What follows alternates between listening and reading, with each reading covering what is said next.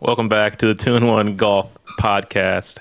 Sterling, Mike, and Madison here. And today we're just going to have a nice, calm conversation about what's been going on in the world of golf for the last month and a half, I think is when our last episode was. So, to start, how are we all doing? Where are we? How are things going at work? Two dads. Like, how's life going for you two right now? Sterling, thanks for asking. Life is good. You know, kids are back in school, so summer has come to an end, and we're shifting into the school grind. The major series here in Richmond is also over, so that was a lot of fun. Some good content came out of that. Some halfway decent results for the 2-in-1 crew came out of it. Madison, how about you, man? Man, things are good. Like you said, kids are back to school. It is becoming my favorite time of year. We've talked about this several times on the podcast. It's fall golf season almost. The weather hasn't caught up with it yet. Days are getting a little bit shorter. Leaves are starting to fall a little bit. That could be from some of the storms that we've had, but it's becoming a little more delightful in the afternoons. But no, things are great. Work is busy as always. Like Mike said, we've kind of wrapped our tournament season. My one tournament, Mike's two tournaments for the season, and PGA Tour season's done as well. So, yeah, college football, NFL, back in it. I mean, you name it. Everything but basketball. Everything. Speaking of basketball, I mean, the Olympics happened. Shout out LeBron, Curry, KD, all the haters. Team USA got it done. Also got it done in the overall medal count.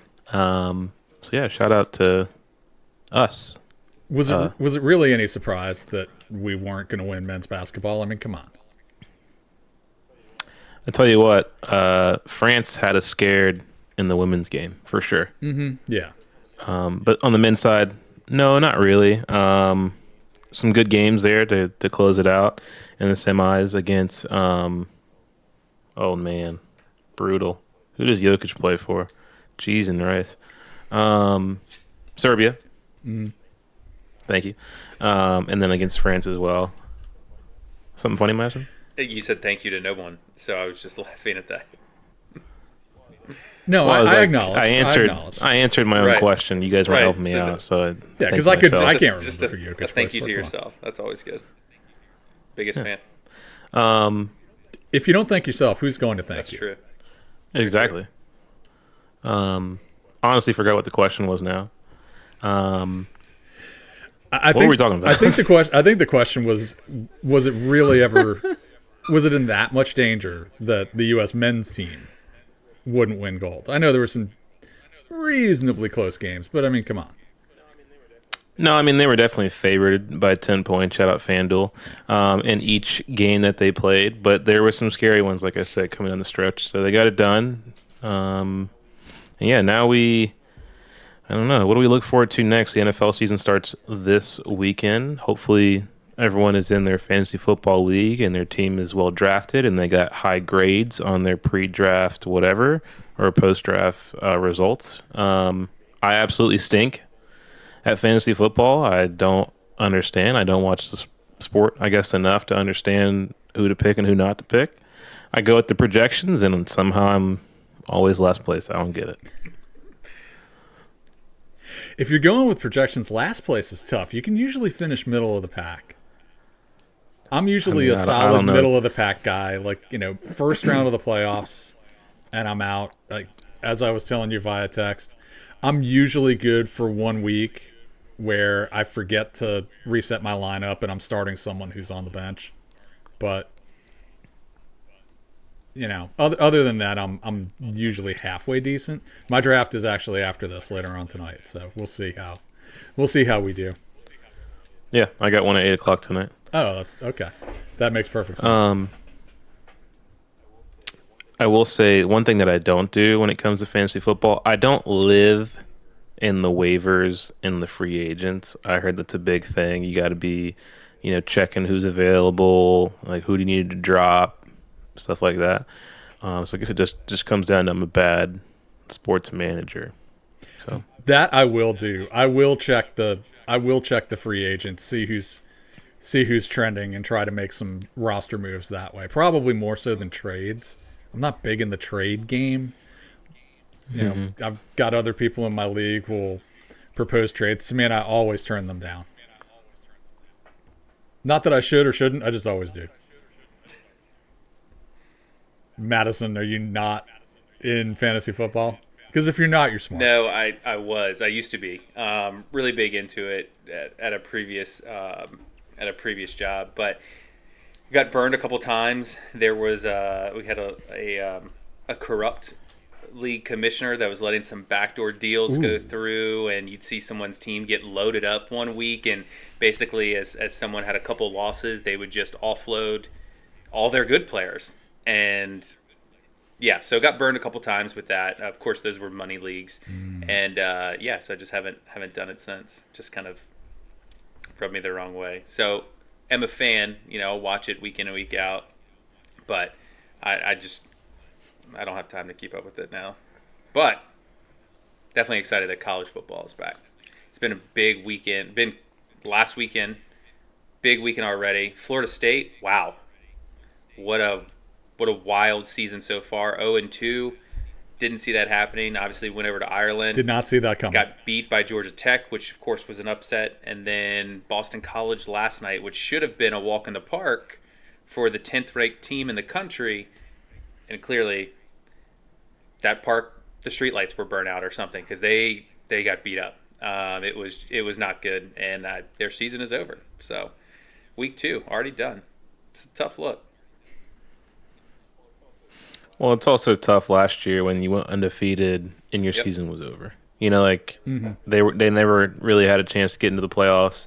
Even now this year, with it being a 12 team playoff, you poop the bed and now it's completely over for you. So don't know where they go from here. I'm not a big Florida State fan. Are you a big Florida State fan, Madison? I'm not a big Florida State fan, but I think everyone was kind of waiting to see what would happen this year after last year, because of course there was a lot made about their undefeated season last year, that they should have been included but they were left off, and then they tried to leave the ACC because of it, because they felt like they weren't getting the notoriety because of that, and then they show up and play Georgia in the Orange Bowl, maybe I can't remember exactly what it was, and they get beat 63-6, I believe.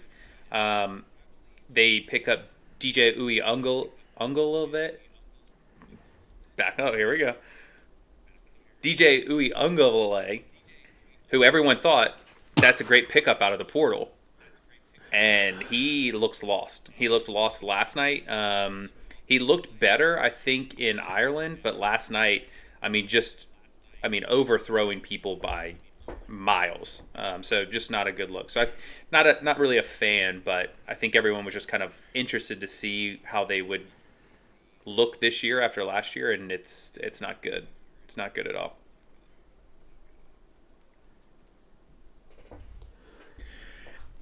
Yeah, I think if there was any question about was that beat down at the hands of Georgia, was that really kind of showing that the Emperor had no clothes? And yeah, I think that the last 2 weeks have kind of reinforced that Florida State's just not it. Mm-mm. They are not. There's a couple teams though that are already struggling. Florida, they played Miami week 1, got shown up by Miami. Texas A&M, new coach this year, Mike Elko, coming from Duke. They had a pretty good showing, but ended up ultimately losing that game. I think they'll bounce back though and have a pretty strong season. LSU, wow. That's a story that is just not getting any better. Brian Kelly was supposed to kind of turn them around, and that was just a big pickup. And I think ever since he's gotten there, at least from what I would believe, the boosters can't be happy. But another loss already, so interested to see how it all turns around, especially with all the changes in conferences. There's the Pac-12 has 2 teams in it. 2 schools. Yeah. I didn't even know they still exist. Do two schools. What are the 2 schools? So who's left? I just looked it up the other night. You guys make me do that. Stat guy Madison, he's back. Shout out Colorado, picking up a huge win against North Dakota State. Shout out to ODU. You go into, a pretty tough place to play in USC, South Carolina, that is, and you only lose by a one score game. So shout out to them, my old stomping grounds. We usually win one big game a year. So I think that game was delayed a while. I think they had lightning in the area, and ODU looked really good. I mean, going up against South Carolina, and of course South Carolina isn't stacked or anything like that, but they've got Virginia Tech this week, I think, at home. Correct me if I'm wrong, Sterling, but I think they have Virginia Tech this week at home. And I think that, history could rewrite itself, and ODU could beat Virginia Tech again. Virginia Tech just didn't look that great. They're week 1. They lost. So I don't know. Back to our earlier comment, the Pac-12 has 2 teams. Do you want to take a guess? They're both a state. Oregon State. Come on. Colorado State. Washington State. Oregon State and Washington State. Okay. That is the Pac-12. There you go. So they are the 2 that couldn't find another conference? I guess so. I mean, the music stopped and there were no more chairs left for those 2. There's also an independent conference. I don't know if you knew that. There's an independent conference? Yeah, like Notre Dame's in it, right? UConn and UMass are in this FBS independent. That's I always thought that, okay, yeah, the whole point of being an independent is you're not in a conference. You're in Or is that just how they group them up? I think that's how they grouped them up. Yeah, I don't know. It's so weird now. Like the point of the conferences originally were really to kind of, group everything geographically. But now you've got, I think, who is it? Is it the ACC that's got teams they're bi-coastal? Yeah. I think Big 12. Stanford is in the. Yeah, Stanford's in the ACC now. Stanford in Palo Alto, California, as well as Cal. ACC. Cal is there as well as Cal. Yep. ODU plays East Carolina, and then they have Virginia Tech at home next week. Now that I'm remembering, I think Tech plays Marshall this week at home, and then ODU. Mm-hmm. So shout out William and Mary as well. 41-7 win over the Keydets of the Virginia Military Institute. It's our 11th win in a row. Wow. Against VMI. Yeah. Wow. Brains beat brawn, I guess. So that's always good. Then we have Coastal Carolina upcoming. So yeah, that one should be interesting. Hopefully that one's not going to count against us. It's going to be an exciting season. I think just with all of the moves, It's going to be exciting with the 12-man playoff this year to really see how that kind of shakes out. Because there's always those questions that come like that last couple of weeks of the regular season. Like, are you in? Are you not? Like, who's going to be in that Final Four? So I think extending it to 12, makes a lot of sense. And I think you'll get some really good sort of like postseason play, which I'm excited about. So, and refresh my memory, is the selection committee required to take one of the G5, one of the non-power conference schools? I don't remember if they have to or not. Okay. I'm sure. I don't think so. I think the only thing that excuse me has to happen, I think the winner of the Power, is it Power 5? I think it's just Power 4 now, right? Power 4. Pac-12's kind of gone. It's the Power 4. Those winners all make it automatically, and they get the buys, right? Correct. They get the 1 seed bye. So yeah, you're winner of the SEC, Big 12, Big 10, ACC. Mm-hmm. There you go. Yeah. Well, that's going to wrap it up for our college football and other sports talk. Let's get into some golf before we get into the PGA Tour. We do have 2 new videos on our YouTube page. We have the Belmont Open, rounds 1 and 2. Shout out to Mike Iovino. Mike, you want to tell us what you shot real quick, or do you want to save should we let the people watch the video? I think we want to encourage folks to watch the video. Especially because maybe I can't remember off the top of my head actually, I do remember what my score is. Maybe I'm trying to forget it, but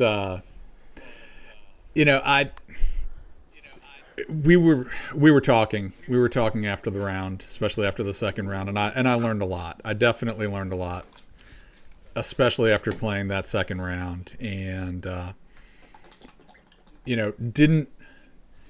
didn't play particularly well in round 2. I was reasonably pleased, to be honest, with the way I played in round 1, since that was my first competitive stroke play round in 2 years. I had the back injury last year, didn't really get to play much at all, and it kind of came out and laid an egg in round 2. Still managed to finish tied third, so not an awful.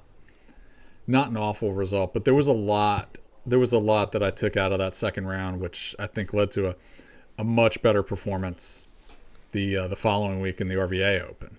So, get out there and watch the video. I think it'll be interesting to see. It'll be interesting to see how I can hit the exact same layup shot on the par 5 fourth hole 2 days in a row. I thought that was pretty special.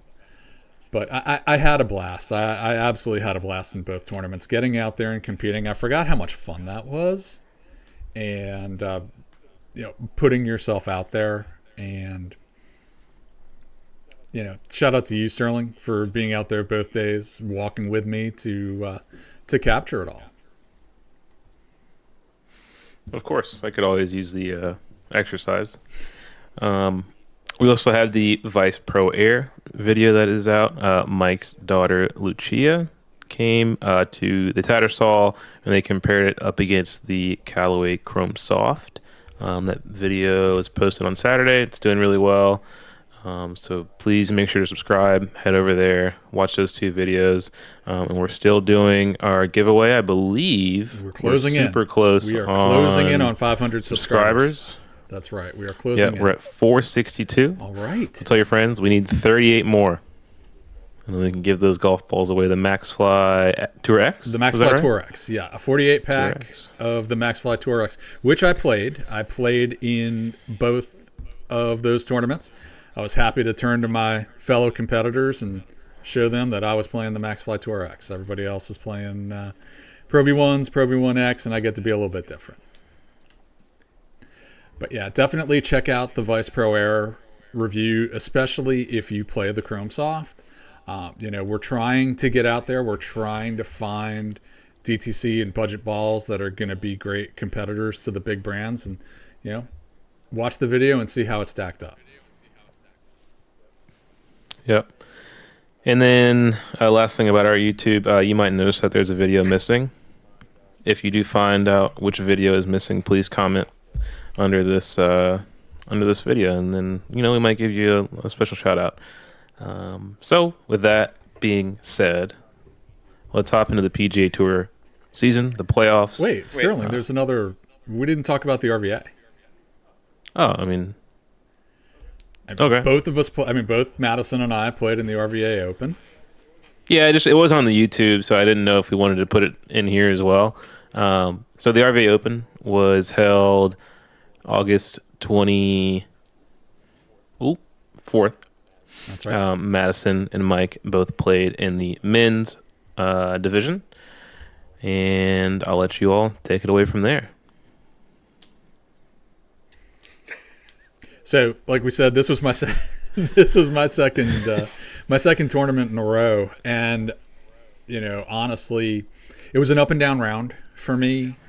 It's not often that I make an eagle. It's not often that I make an eagle and 2 birdies. In fact, I can't remember the last time I made an eagle and 2 birdies, but still somehow managed to shoot 5 over. So there was a lot going there was a lot going on in that round, and it's funny because Sterling came out to our group and let us know early on that someone, Chase Northcutt, was 3 under after his first 3 holes, and I figured, okay, well, I'm just out here to have fun. But things tightened up a little bit as they often do in stroke play. So that that 5 over 71 that I shot managed to put me just 1 shot out of the lead. But Madison had a little bit better result. Yeah, I'd say not really the luckiest round I could have had. It was the complete opposite of Mike. We were playing together, and I'm seeing Mike birdie holes, drains one from probably 40 feet for eagle on a par 5, and I don't think I birdied a single hole. I had a stretch of like 7 or 8 holes. It was just par one after another. Just kind of boring golf. Couldn't really get the speed right on my first putt. So just making a lot of comebackers for par. But yeah, I mean, it was a good round. I played Friday. That Friday with Sterling and Josh, we went out and just kind of played. Did we play 9 on the back? And I wasn't hitting it well. I wasn't putting it well on Friday. So really did not have any type of expectations for Saturday. Made a golf ball change. This could be the reason why, Mike. I'm not sure. I did switch to the Max Fly. I told you that. Played the Max Fly on Saturday. Hit it much better. Like I said, just couldn't really get that first putt in the hole. But tied for the lead. It went to a scorecard playoff. And unfortunately for me, the playoff hole was the par 5 that Mike had an eagle on, and I actually hit a really good drive there and just a really poor approach shot. Kind of pulled 7-iron left of the green, left of the cart path, and just kind of made a mess of that hole. And that was my stroke hole, actually. I got 2 strokes on the entire 18 holes. Made a bogey, and Chase made, I guess, a par, right? Or did he make birdie? Par? Yeah. He made par there. Chase made par. So second place. And then what was in the net? I tied for 4th, I think, with Mike. I think the 2 of us tied for 4th in net. Yeah. So it was great round. I took a lot from it. I was, like I said, went out there with no expectations and had a really good time. But also, it was a good group. Mike, Harrison, Andrew. Andrew, who we played with, was the Belmont net champion the week prior. So just kind of a good time, really good group. And, it's a great tournament. It is every year that we've had it. So, love to thank our tournament host. And, yeah. Yep, very, very well-run tournament. Big shout-out to First Tee Tournament Operations. Definitely on top of their game. Thank you, gentlemen. I appreciate that. Want to give myself a little pat on the back. I played in a 4-ball tournament today with the MAPGA. Out of 50 teams. It was out at Richmond Country Club. Out of 50 teams, my partner, Ryan Shuck, who's out at Canlock, we shot 8 under, second place. Took home quite a bit of money. So, yeah, we shot an 8 under 63. Ended up losing by 2. But, I mean, man, we had a stretch of holes. We were 8 under through 7.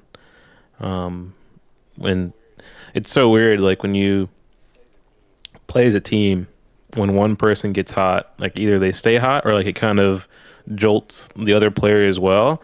And like I said, on an entire back nine, I think we 1-putted every hole. So yeah, I just wanted to give myself a little shout out there. So no, that's awesome, Sterling. Congratulations on that.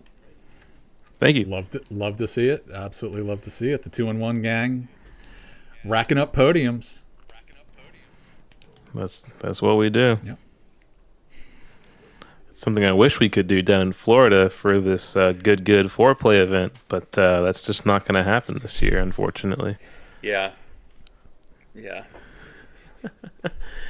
It is quite a bit of money, It's but quite a bit of money. I don't think we can pull that out of petty. I don't think we can pull that out of 2-1 petty cash just yet. I told Madison I'd pay for it, and he still doesn't want to go. That's first off. Hold on. That's not exactly true. I'll pull the receipts up. But I figured if I'm going to travel all the way to Florida and put some money up, just to, get beat up on and have Sterling ride in the cart, not speaking to me for 4 hours. I mean, we could just do that here. So. Whoa, shots fired. Come on, guys. I mean, it's We're not a big shots happy. fired. I mean, this guy, big happy family here. It's the truth. This guy's giving putts like he's Ricky Fowler out there in the Ryder Cup. I mean, 5-footer for the win. You can have it, sure. Pick it up. Oh my gosh. We live and learn. All right. PGA Tour playoffs. I think Playoffs. You're talking about the playoffs. Playoffs. Shout out Tony Dungy. Is that right? I thought that was Jim Mora. I have no clue. Who are the guys that get mixed up, Madison? Tony Dungy and who?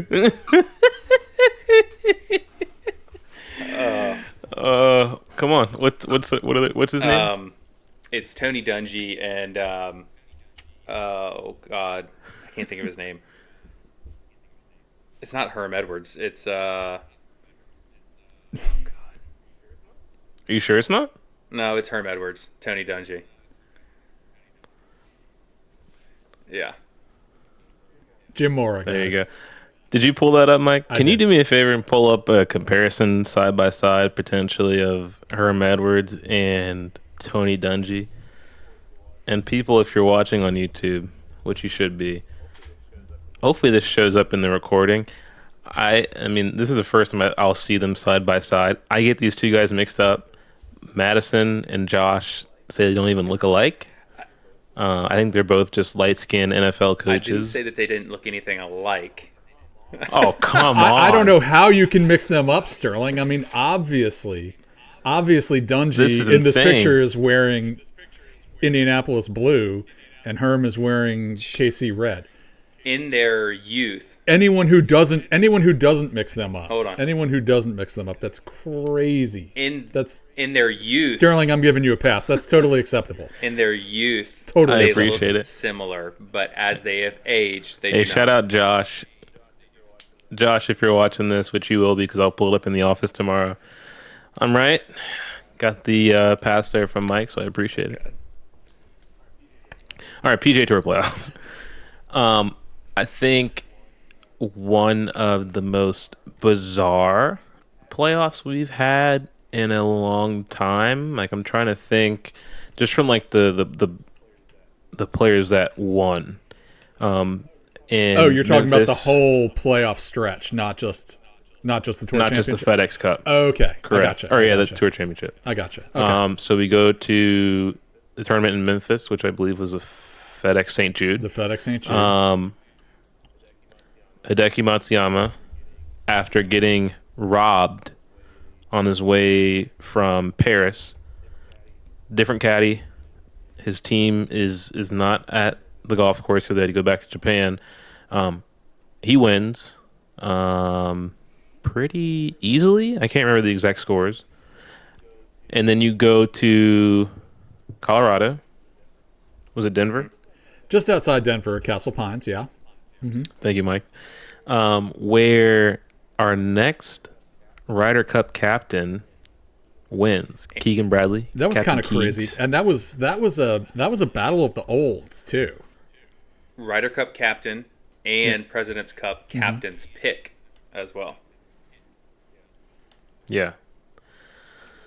So who knows what happens next year at Bethpage. I doubt Keegan would pick himself to be a playing captain. I think he will be all in. Has he already said that he will not be playing? He hasn't said one way or the other, but I wouldn't think that he would. I think he's so into it, like he's so far deep into like the team that he'd want to make sure that whatever guys are out there on the course give us the best opportunity to win. And I think he would rather be the one kind of pulling the strings and worrying about course setup and team room, whatever. I don't think he's going to play. I'd be shocked, but I also don't think his game is really going to be in much shape coming down to it. I mean, everything that I've heard about the Ryder Cup captaincy, if you're doing it right, you're neglecting your own game that year. Gotcha. That makes sense. So, plus, just think about the roasting he would take if he were to pick himself. And, he lays an egg, the team doesn't win. It's just too much downside there. Way too much downside. Here's a question. As the Ryder Cup captain, does he get to unpack the duffel bag that's been in his office since, when was that? 2012? 2012. Or does he have to be on the team to unpack that? I thought he unpacks it after a win. Okay. Yeah. I think he only unpacks it after a dub. Okay. I think he's a captain. He is on the team. He's the leader of that team. If they get it done, he unpacks it. Was he? Now let me ask you this. Let me ask you this: if they win the President's Cup, does he get to open it up, dig out his shaving kit, and at least take something out of that? No. Honestly, you hate to see it. The President's Cup compared to the Ryder Cup is a joke. I think the President's Cup it's a tournament where you could easily be a playing captain. The Ryder Cup is not. Yes, the President's I Cup, agree. You could be a playing captain. You could be a playing captain. I almost think that might make it more interesting. I mean, they got to do something. I think they got to do something, or the internationals just need to get better and make this a real competition. Did you see who's on the international team this year? I have not looked at the captain's picks yet. Are they out? I haven't been on Instagram all day. Yeah, they're out. Oh my gosh, did Minwoo make it? He got. Come better on! have. Come on! I think he was like 7th on the list, and he had a terrible playoff. Minwoo and Siwoo. Let's go. How do you not pick Minwoo? I mean, I know he's not been, at his best of late, but I think the body of work this season kind of speaks for itself. Yeah, I mean, I think he has to be on the team. When you look at the pool of international players, I think he's by far one of the best that is eligible for the President's Cup. So yeah, I mean, I think he's got to be on there. What is it? It's Bezadenhout, Siwoo, Minwoo. Who else? I saw it earlier, and I can't place everybody else. Corey Connors, Minwoo Lee, Seabez, Taylor Pendrith, Mac Hughes. Wow. Home cooking. Mm-hmm. Let him cook. Man. 3 Canadians picked. You did see 2 of them that were left off, Adam Hadwin and I'm trying to think who it was. And Mike Weir said that was probably the toughest call for him is not having them on the team because they're like brothers to him, is the post that he had said. So wasn't Hadwin higher in the rankings than Mac Hughes? I thought. I would think so. Interesting. Can we talk about how the heck Max Homa got on this team? What are we doing? I had a couple questions. Come on. Are you surprised? I had a couple questions about the President's Cup picks. Tony Finau? Yeah. It's an interesting group. Brian Harman? Explain Brian Harman to me. All right? Sam Burns? Yeah. Explain Brian Harman to me. Max, I think, gets a pass because of his last 2 team outings. But even though he's stunk up the joint this year. It's been the last. I think it's he been gets the a last pass. 6 months. Well, I wouldn't even say the last 6 months. It's been like the last 3 months. As a Max fan, the play has. What has he done after the Masters? I mean, he hasn't done anything like top of the field, but I mean, he's been existed. like, yeah, he's middle of the pack. But since then, I mean, he's I mean, he's been dead last in a couple tournaments, especially in the playoffs. I think he was dead last first round at the FedEx. But yeah, I don't know. Sahith on the team, obviously. Patrick. Gotta have Sahith. Wyndham. I think he was a qualifier, wasn't he? Wasn't Sahith already? Yeah, Sahith was an AQ. Sahith was an automatic qualifier. I like Russell Henley. I think that's a decent pick. He's played his way on. Again, explain Brian Harman to me. I don't get that one. Not getting that. Didn't think he acquitted himself all that great at the, at the Ryder Cup. And if anything, he played well at the Ryder Cup. It was like him and Max were like the only guys that had like a really good record for the American side together. Yeah, I didn't. Did you he win? You thought Harman carried most of that? Yeah. Did Harman win a singles match? I don't know. I can't remember. Yeah. Let me look it up. I can't remember. You did see two notables that are not on the President's Cup list. Two notables not on the. To whom are you American referring? President's Cup list. Think about just the team events. There's one I can think of. There's one I can think of, but I think that one's completely understandable because he just had his wrist cut. And who's the? Is JT on the team? No Chase. That's fine. So it's a President's Cup. No JT, no Jordan. Obviously, Jordan was going to be out anyways, but yeah. It's the first time since 2012 that they haven't been on a team event. I think you can leave. I think you can leave JT off. I think you got to bench. Sometimes when your players aren't doing it, you got to bench them. Brian Harman got waxed by Terrell Hatton, 3-2. That's what I thought. So the international team: Hideki, Sung Jae, Adam Scott, Tom Kim, Jason Day, Ben On, Corey Connors, Min Woo, Zayden Hoot, Taylor Pendrith, Si Woo, and Mackenzie Hughes. I think the top half of our team is strong. The bottom half, I'm a little iffy on. The top five, I'm good with. I think they do exactly what they're there to do. The bottom five, I don't know. And I think the internationals, I'm not saying they're going to win this year. I don't want to put that out there. I might put some money on it, though, because I'm sure the odds are pretty good. But I think it will be respectable this year. I'll say this. I'm rooting for USA as well. It wouldn't be the worst thing to lose this one. I think maybe it gets some more juice back into the event. It's in Canada. They only get one golf tournament a year. I think the fans will be electric. If it's a tight one, and you're telling me it comes down to Corey Connors versus Scotty Scheffler on Sunday on the last match or whatever, like, who knows? Like, I think this, again, it'll be a good one to lose. I think it brings some more excitement back to this event. And then, let's say USA wins the Ryder Cup at Bethpage, and then the President's Cup goes to, anyone know where it goes in 26? West Coast, isn't it? Is it?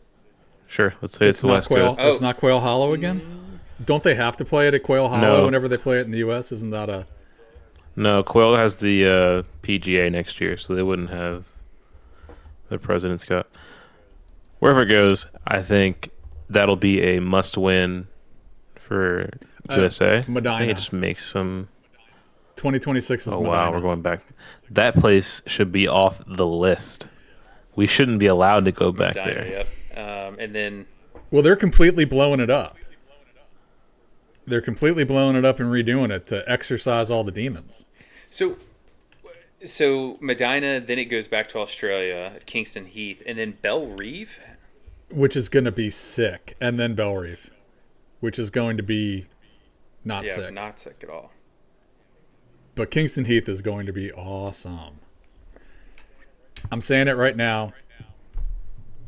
2-1 on site at Kingston Heath in 2028. Let's make it happen. Let me look deep into the camera right now. Listen. If we can get the subscribers up, right? And we can start making some ad revenue, we'll be there. We'll bring you all the coverage. Yeah, we know. We know there's plenty of other social media, golf, YouTubers who will be there already. But A different voice? Maybe. A fresh take? Fresh take? Some laying up? I don't know. We'll figure it out when we get there. This is my plea. And in the meantime, you... Viewers, only you can make this happen. So get out there, get your friends. It's out of our hands.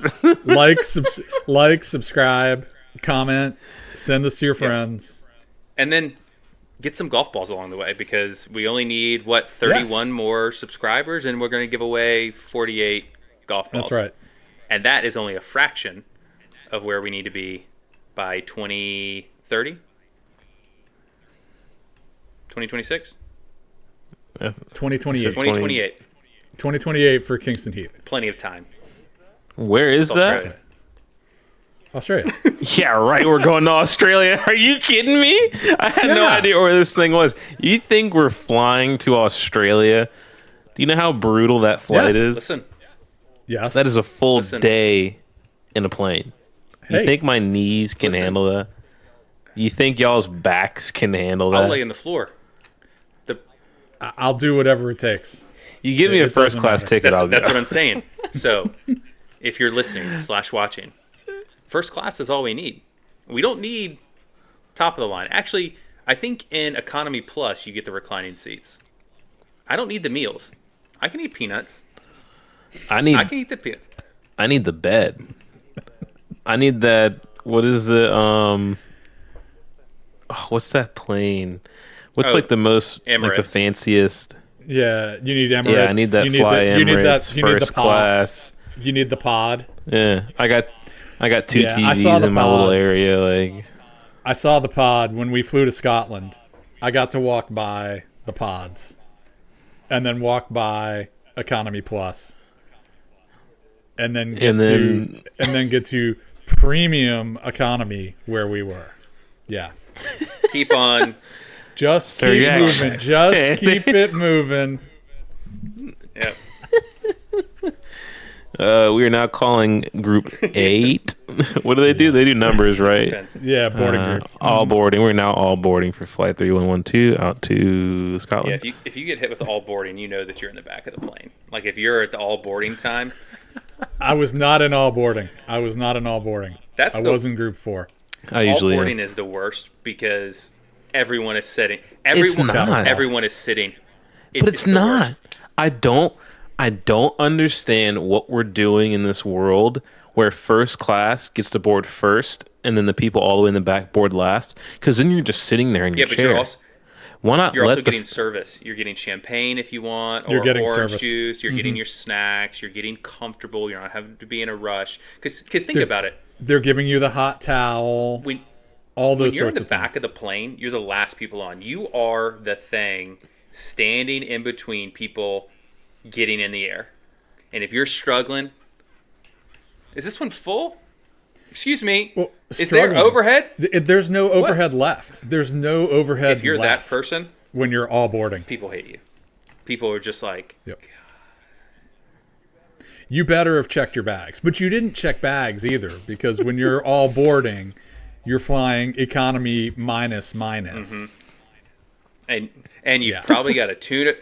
A double negatives make a pause. Yes. And you've probably got a tuna fish sandwich in your bag that you're getting ready to bust open as soon as the seatbelt sign goes off. That's right. Oh, come on, Oscar. And you are in the dead middle. You're in the dead middle of that row. And you're constantly shuffling around trying to get the stuff out of your bag. Mm-hmm. And you haven't flown in 3 years or more. You have no idea what it's like. Yep. I do not miss flying for work anymore, by the way. Moral of the story, people. Do not miss flying every week. Moral of the story. We need your help. For the price of less than 1 cup of coffee a day, you could sponsor the 3 of us to go to Australia. It's free. You literally just make a YouTube account, subscribe, boom. It's free. Right. All we need is some effort. Just a little. Just subscribe. Watch, subscribe, like, share, send it to your friends. Whatever. That's it. That's all we need. Back to the action. Only you can send us to Australia. But After that huge digression. Wait, hold on. Back to the PGA So Tour. Sterling, playoffs. can you hit the Sarah McLachlan? I think we play that in the background as we beg. In the arms I'll try to lay that. I'll try to lay that audio under this, and we'll get a copyright strike. Can't get sued again. Too early in the game. Again? Oh gosh. Anyways, Yeah, so Keegan threatened Bradley. with legal action. tomato. Huge shout out to them. Shout out Supersonics. Oh god. Keegan Bradley wins in Colorado. So we head into the Tour Championship. We have Scotty at 10, Xander at 8, Keegan at 7, Hideki at 6. Hideki, nursing a back injury, didn't play in Colorado. I think that was a smart move because he played well this past weekend. When you give the number one player in the world a 2-shot lead and he goes out and opens with a 65 to basically put it away on Thursday afternoon, it really sucks all the air out of the tournament. Yeah. Don't you think? I will say, though, Friday afternoon, I believe, I'm trying to remember, it seemed like Xander was pushing back a little bit, and you thought you were going to kind of get that heavyweight battle, but then he faded fast, and Scotty he ran away with it. I mean, solid play all year. I don't know what we really expected. I don't think anyone really expected him to crumble in Eastlake. I don't think I did. He's never played well here. He has It's a completely different course. He's got no scar tissue. Different golf course. No scar tissue. Oh my gosh, it's a completely It different is. course. They blew up. Oh They my blew up all the goodness. greens. The greens aren't even the same shape. There's new bunkering. It's The like greens are pretty different. every. The greens are pretty different, and I don't know how much of the last round you guys watched, but it seemed like Scotty had straight putt after straight putt after straight putt after straight putt. Mm-hmm. I don't know if he was just masterful at putting the ball in the absolute right spot every time, except maybe for that sand shot on 8. I almost think he did that just to feel something, just to make things a little interesting. Yeah. Let me shank a sand shot here, just to give Colin a little bit of hope, so that I can crush him again. The best part about that was post round when the reporter said, "Hey, what happened on that hole?" And he's like, "I shanked it." And the reporter goes, "Yeah, but why did you shank it?" And he's like, "You're like, the club. It's got the face here and then the hosel here, and I just hit too much." Like, what a follow up. Well, why did you shank it? I wish I had that answer every time like I hit a bad shot. It's like, well, why did you hit that shot? Well, because I suck. But yeah, I think Scotty did it maybe just to feel something. But masterful season for him altogether. Obviously locks up player of the year. Not that it really was a question. But yeah, crazy.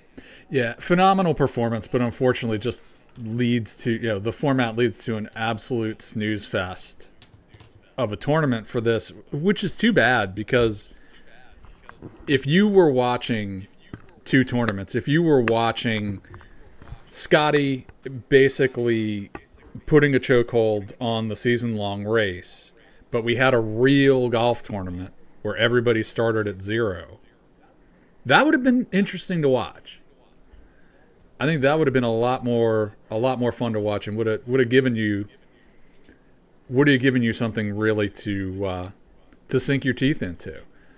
Especially with Colin finally breaking through this year. He didn't have a win this season, but a lot of great play. But if this were a W for him, the story about Thagala and calling the penalty on himself now is not just Sahith's a good guy because he cost himself $2+ million with that penalty. No, it's Sahith cost himself the trophy in that case. And then Scotty, another another high finish, but it's Morikawa with the win. And I'll ask you guys, was it really so bad? Was it really so bad for the true golf fan back in, what was the last year? Was it 2018 when Rose won the FedEx Cup? 2019? Nope. Where we had two winners. 2018. It was 2018, yeah. 2018. Was that the last year we had two winners? One winner of the Tour Championship, one winner of the FedEx Cup?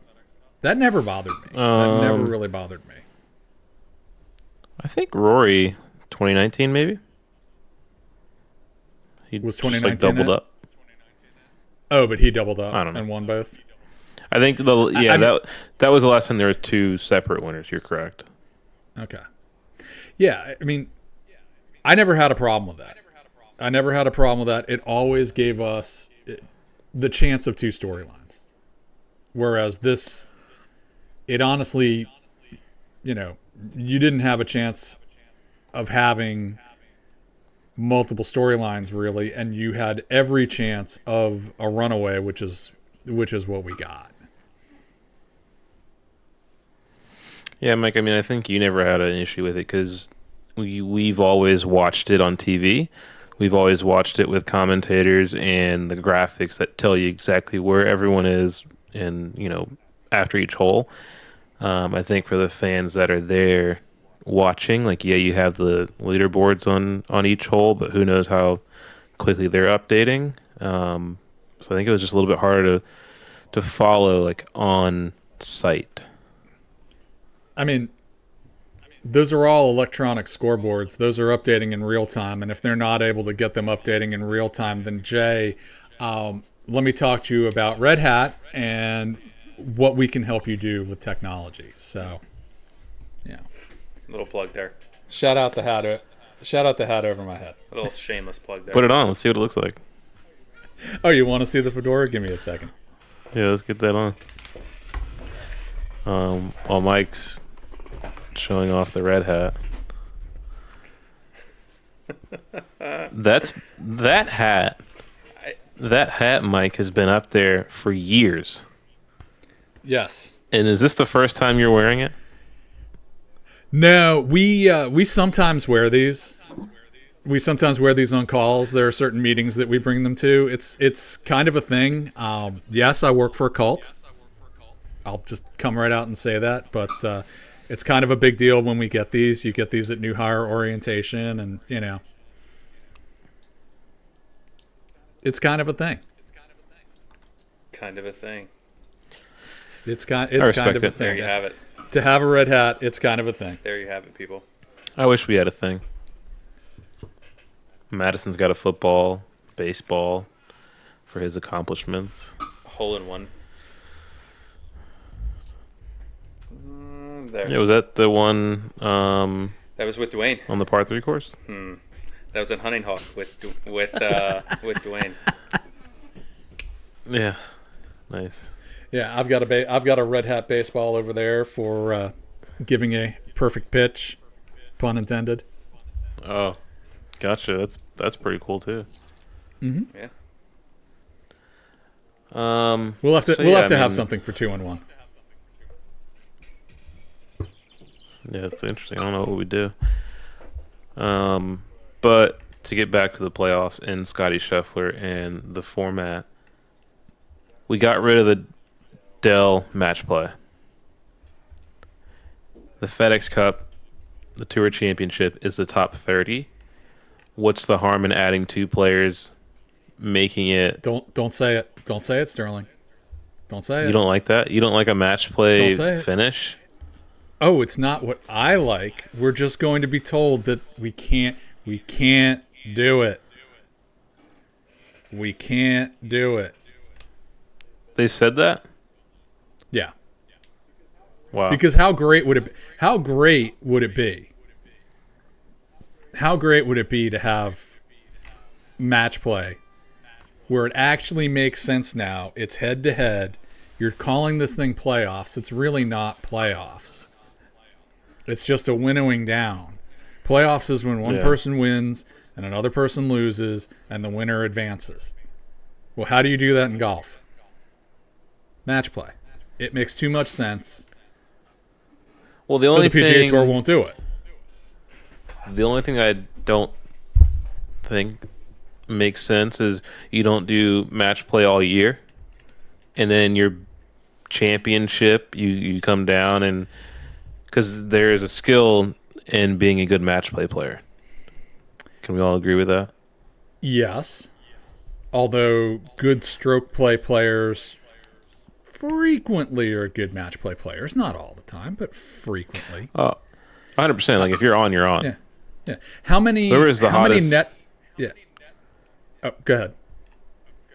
I mean, like, I was just going to say, it's pretty simple, but whoever the hottest player on tour that week is, like, he's going to win regardless. Right. And how many... So you're right. We don't play really any match play PGA Tour events now. How many net tournaments do we play on the PGA Tour the other 51 weeks of the year? Yeah. Can't think of any. Exactly. So don't tell me. I mean, look, this is a mechanism to take large amounts of money from FedEx and Southern Company and Coke and give it to golfers. There are large amounts of money that they have to take from sponsors and give it to golfers. Does it really matter? How if the way they give out these large sums of money is different from the way they give out the large sums of money throughout the season? No. So why not make it cool? Why not make it the best it could be? Yeah, I'm totally with you. And don't give me the, we're worried about what happens if it's not someone, what happens if there's two nobodies? There's not going to be two nobodies if it's the 32 best / hottest players on tour. So potentially you could have had a Bezaton Hoot and a Taylor Pendrith final. That's a dud. That's a huge miss. I don't think that happens. It's tough. That's awfully. You don't think it's gonna happen, but it's a possibility with match play. It is, but I think something pretty crazy would have to happen for that to be the result. I don't think so. So let's think about okay. So if we take the 30 players in the order that they finished in after the we take the net scores, right? So we would have Scotty Scheffler playing against Tom Hoge in the first round. Who's to say Tom Hoge doesn't go out and shoot a 64 and eliminate Scotty Scheffler? You know what? Tell me that's not. If you're really afraid of that, because that is a legitimate possibility. Yeah. That you could certainly lose your number one. You could maybe lose 1 through 4. If you're really worried about that, then don't make it 32. Cut it down to something like 12 and have double elimination. So that way you got to beat the king twice. I think you give them buys. I don't like double elimination, but yeah. I love double elimination. How would that? I mean, I love double elimination. It goes back to my beach volleyball days. I just love double elimination because it's so freaking complicated. Yeah, that'd be a long day. You're telling me Colin Morikawa and Scotty Scheffler, Colin's got 1 loss. Does Colin have to beat Scotty twice? Yes, Colin has to beat. You've got to beat the unbeaten player twice. And when you do that, you are the king. You are the king. At that point, yeah. You are the king. You are the king of the PGA Tour. Give me double elimination. Or 36 hole, 8 guys, 36 hole matches. If you beat Scotty Scheffler over 36 holes, you did something. If Tom Hoagie goes out there and shoot, I mean, Tom Hoagie can go out there and shoot a 64. Absolutely, he can. Can he shoot 2 of them in one day? And if he does it, you know what? Hats off to him.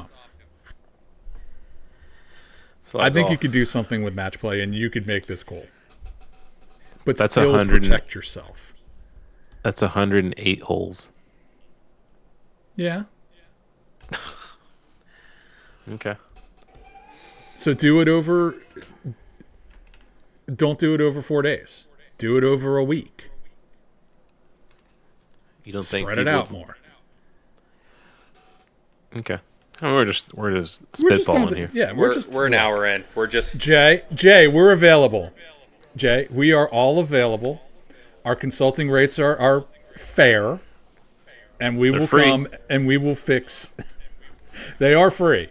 If you get us enough subscribers, we will work for free. Basically, just put us on the plane to Australia, 2028.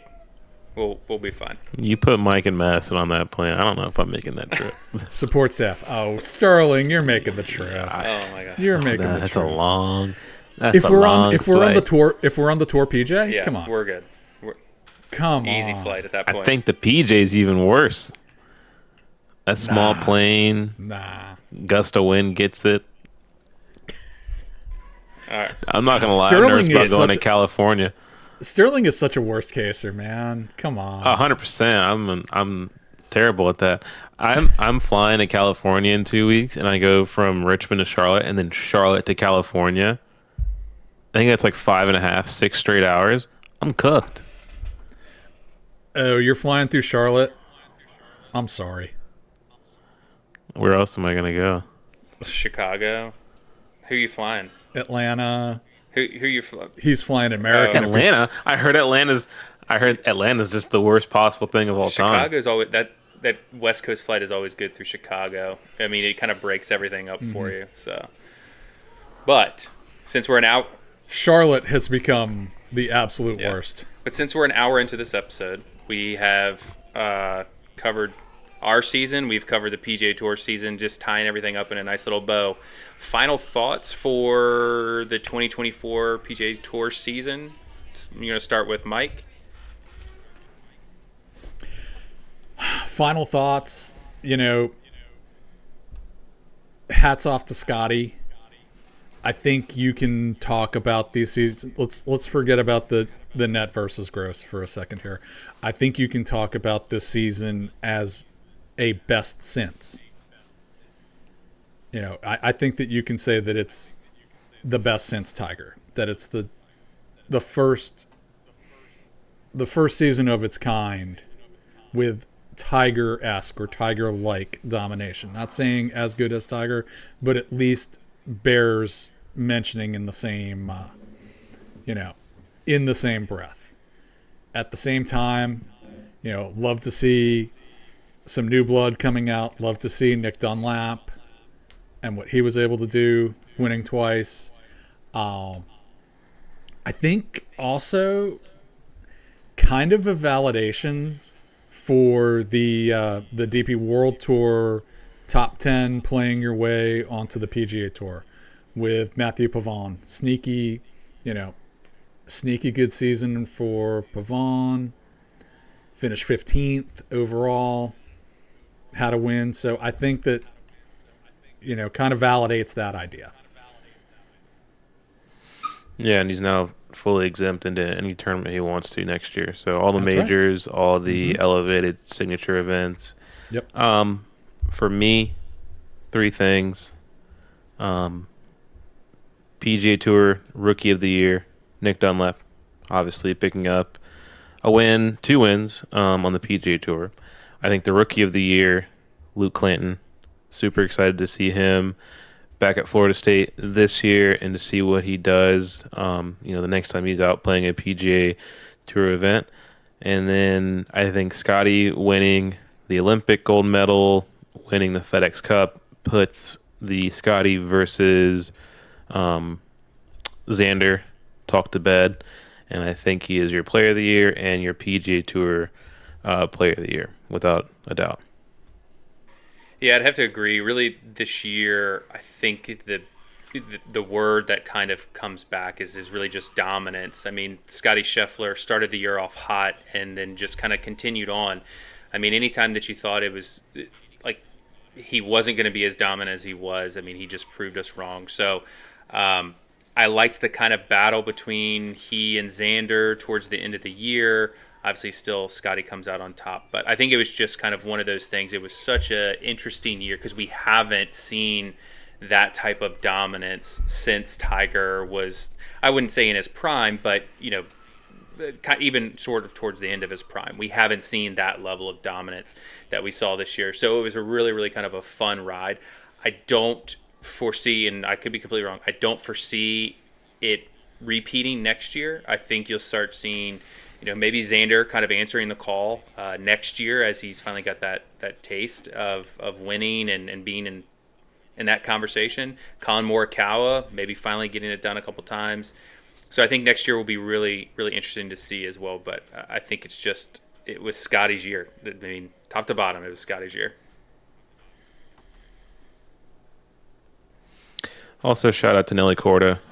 Super hot start over on the LPGA Tour. Things kind of fizzled out for her. Had a chance at the Women's Open. Didn't get it done. But I will also say that we are headed to the Solheim Cup up in D.C. in, I believe, a week and a half, basically. We'll be there for Sunday singles. Not sure what kind of content we will be bringing you guys from that event. The plan right now is to have the iPhone going. We cannot have a camera over 6 inches in length. Like the lens can't be bigger than 6 inches. So I think, just phones are the way to go. We've seen what the phones can produce. So some sort of content coming from that event. Anything else, gentlemen? Shout out Lydia Ko. Oh, yeah, win, that's a great call. Women's Open champion. Makes the Hall of Fame. And shout out, I guess she's from Maryland originally, but we've adopted her as a Virginian, Lauren Coughlin. Great end of the season. 2 wins. Love to see it. Awesome. Well, thank you all for listening to episode 69 of the 2-in-1 Golf Podcast. Make sure to check us out on all the socials, Instagram, TikTok, YouTube, Spotify, Apple Music, all at 2-in-1 Golf or 2-in-1 Golf Podcast. And we will see you all after the Solheim Cup. Take care.